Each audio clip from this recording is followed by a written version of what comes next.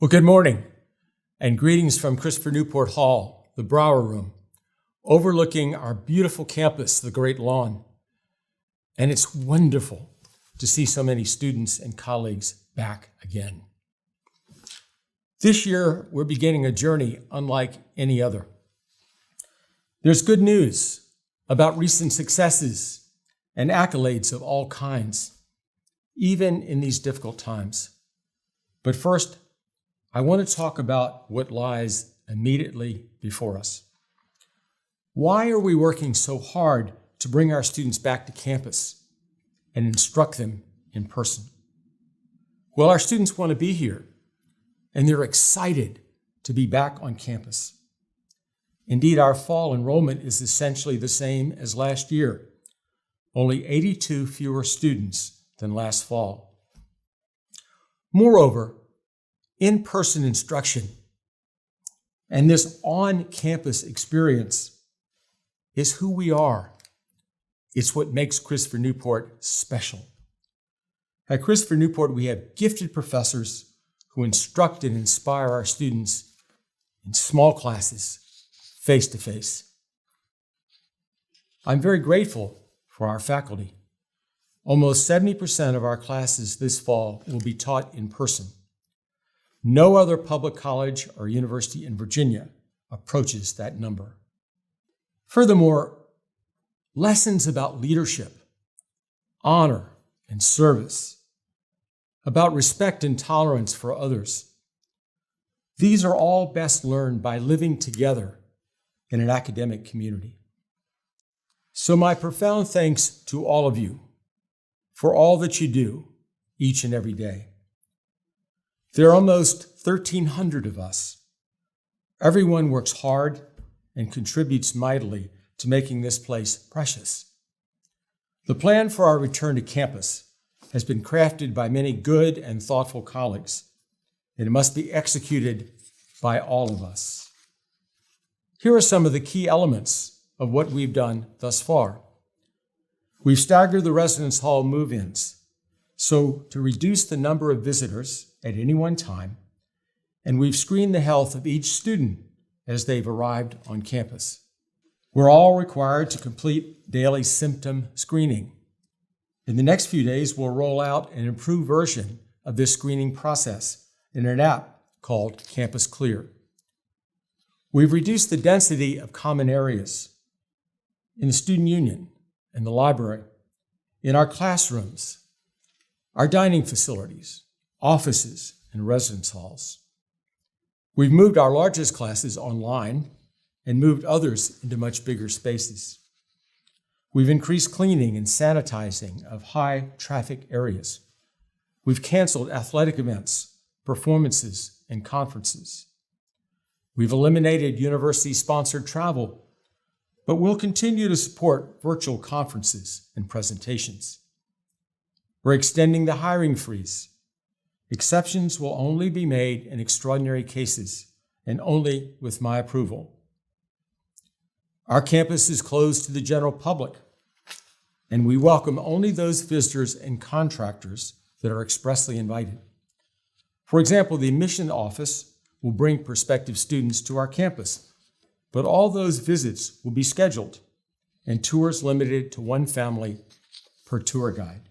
Other rare exceptions to that strict visitation policy may be granted by the provost or vice presidents, but only for compelling reasons. We're now able to isolate and quarantine students and assist the Virginia Department of Health in tracing contacts to prevent the spread of the virus. This week, we launched a dashboard on our website which reports the number of students and employees who have tested positive for COVID-19 virus, been on campus in the last 14 days, and are in isolation. Much uncertainty remains, but one thing is positive. If this is going to work, we're going to have to do it together. Here are the simple rules we must all follow. Wear a mask when you're on the way to class, in class, on the Great Lawn or the Trible Plaza, outside your office or residence hall room, in the library or the student union, or any of our buildings. Physically distance. Stay at least 6 feet apart. Do daily symptom screening. It only takes a few seconds every morning. Wash your hands frequently. Don't leave your room or your house if you have fever or feel sick. And beware of social gatherings, on campus or off campus, and no large parties. No gatherings of more than 20, and follow the rules. Wear your mask and physically distance. Participate in contact tracing when the need arises. Follow directions for isolation and quarantine when instructed to do so. The severity of this virus and its impact on people's health and lives requires us to honor these measures, and these rules will be enforced. But let me say this. The well-being of this campus community is all important, and we will change course if necessary and send our students home and pivot to online instruction if there are cluster outbreaks or significant non-compliance with our requirements. So, we must all be the best versions of ourselves, and we must care about others. If we resolutely take these steps, we have a really good shot at remaining on campus until Thanksgiving. More importantly, we'll protect each other, demonstrating once again the kindness and the compassion, the heart that defines a captain. In a world that seems too often consumed by self, by money, by fame, power, even darkness, this mission is more important than ever. That's what makes Christopher Newport special. And that's what makes Christopher Newport an irresistible force. And even in these very difficult times, we have much to celebrate. Our freshman class is only a bit smaller than usual, 1,150 students. And the academic quality of our students remains impressive, with an average high school GPA of 3.8. Our President's Leadership Program class numbers 460, the largest class ever, with a 4.1 average high school GPA and a 1287 SAT. Our 124 students in the Honors Program earned a 4.28 average high school GPA and an average SAT of 1375, nearly 1,400. 23% of our freshman class are students of color, an increase over last year. 151 students are legacies, including 84 siblings. Our freshman to sophomore retention rate is 87.8%, 3 points higher than last year. Our four-year graduation rate is 69% versus 66% last year. And that's one of the highest four-year graduation rates among the 572 four-year public colleges and universities in America. And our six-year graduation rate is 80% versus 78% last year. President's Hall, our newest student residence, has been completed and opened and now houses 79 juniors and seniors. The Fine Arts Center, as we can see, is quickly taking shape and will be completed in the spring of 2021. The Fine Arts Center will bring an explosion of color and creativity to our campus and contribute powerfully to the cultural and economic success of our community and our Commonwealth. Success in our community and Commonwealth also requires equity and social justice, sparked by the killing of George Floyd, Breonna Taylor, Ahmaud Arbery. This has been a summer of pain and protest.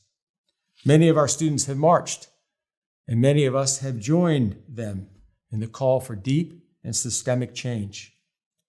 We have a duty to hear our students' voices, to see their fears, and to help them in their struggle. I'm pleased that Dr. Angela Springer has agreed to serve as Christopher Newport's Chief Diversity, Equity, and Inclusion Officer. She'll work with students, faculty, staff, and alumni to ensure that every member of this university community feels seen, safe, and valued, and that together we implement the university's strategic plan for diversity and inclusion. There's much more to say, but let me bring these remarks to an end by looking to the future and the close of this academic year. On May 1st and 2nd, 2021, we'll celebrate the graduation of the class of 2020. Even though these students have already earned their degrees, we'll honor them on the Great Lawn with their families, with our faculty, and with their classmates. The following weekend, we'll honor the class of 2021 with all the ceremony and celebration that is our tradition. On commencement day, these students will toss a penny into the Saunders fountain for good luck. When they sign the honor code as freshmen, they received that lucky penny. As I shared with our freshmen, these are the words that accompany each penny, written by our beloved professor, Dr. Tracy Swartz. And I quote her words: "This penny is but a small tribute to the spirit of honor of all those who learn and lead here. To give your word and keep it as a person of integrity, to treasure the life of the mind and the spirit of intellectual inquiry, to value richness of character over richness of purse, to give because to you much has been given, to seek important work and do it with your whole heart. Keep this faith as you become a citizen of Christopher Newport, of this nation and the world. And one day, as you remember the grandeur of the Ferguson Center, the beauty of the Great Lawn, the tranquility of the James, and the friends and mentors of your youth, you will know that you've lived a life of honor and significance." End of quote. These words beautifully express why our work is so important and why it must go on. So in the face of so many challenges, let us begin this year committed to doing all we possibly can and doing it with our whole hearts and our minds together. Go Captains!